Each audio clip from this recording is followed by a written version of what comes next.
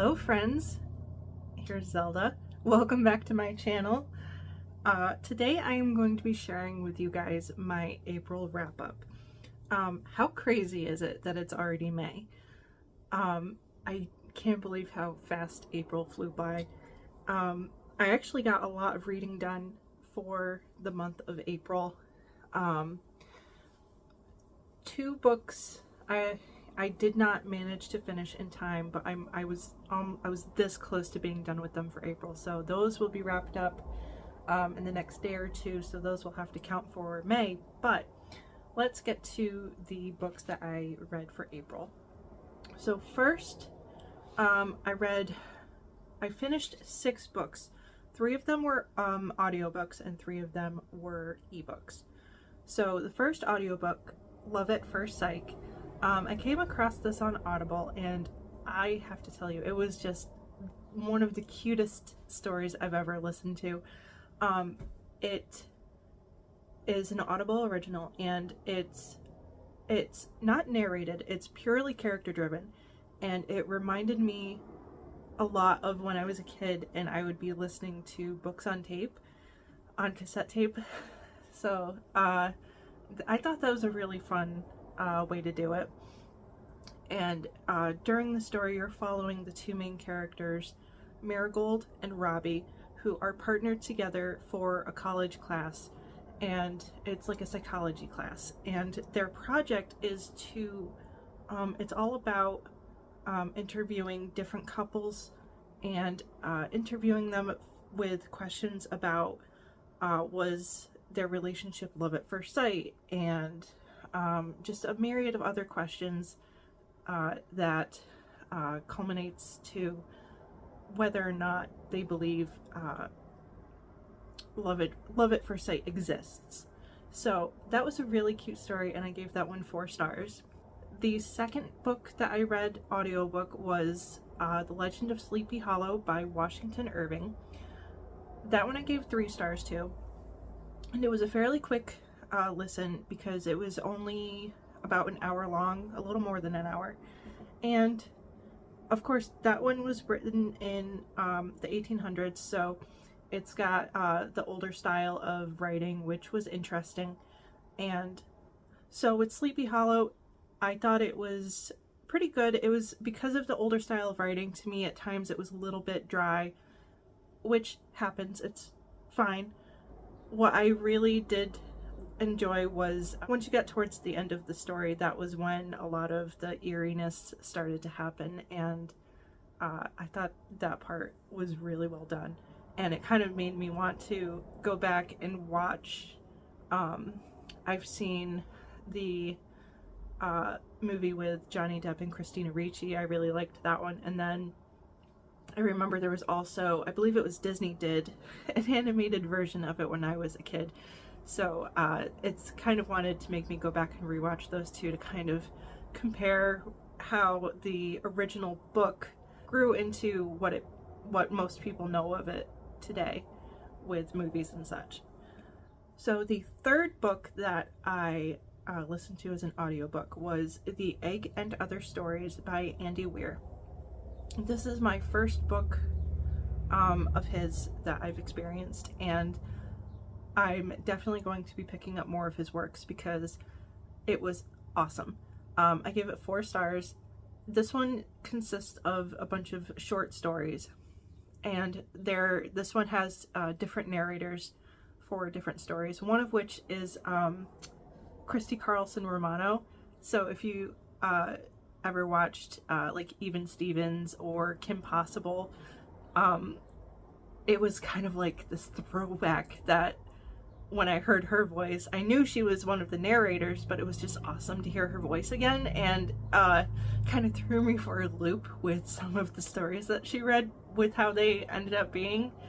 I have to say that if you are a fan of The Twilight Zone, like the original TV series of The Twilight Zone, I would highly recommend picking this one up. It's definitely worth the read. Up next are the 3 ebooks that I read, and they are all actually by the same author, Jason A. Jones. If you haven't checked out his page over on Bookstagram, definitely check him out. He's awesome. I love all of his posts. He wrote In the Bitter Cold, The Pumpkin Pie Man, and The Lady of the House Will Kill You. And all three of these were awesome. I gave 4 stars to In Bitter Cold and 5 stars to The Pumpkin Pie Man. I gave 5 stars to The Pumpkin Pie Man and The Lady of the House Will Kill You. So all 3 of these are short stories, but if you are a fan of horror, eeriness,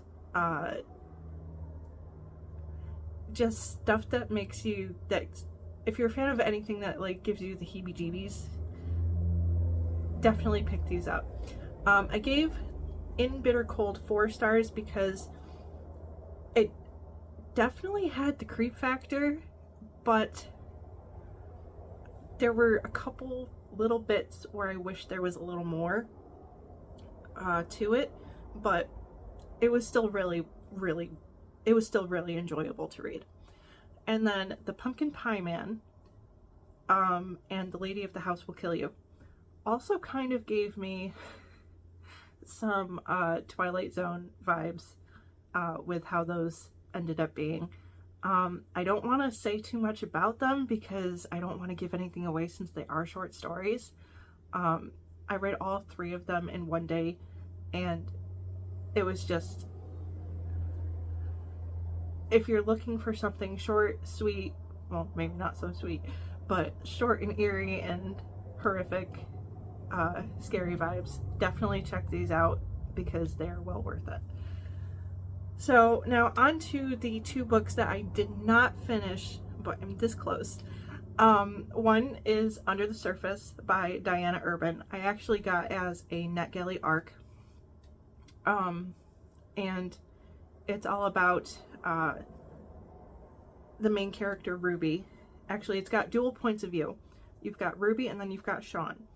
And they're both, I think they're seniors on their trip to France with a whole group of their class that takes French.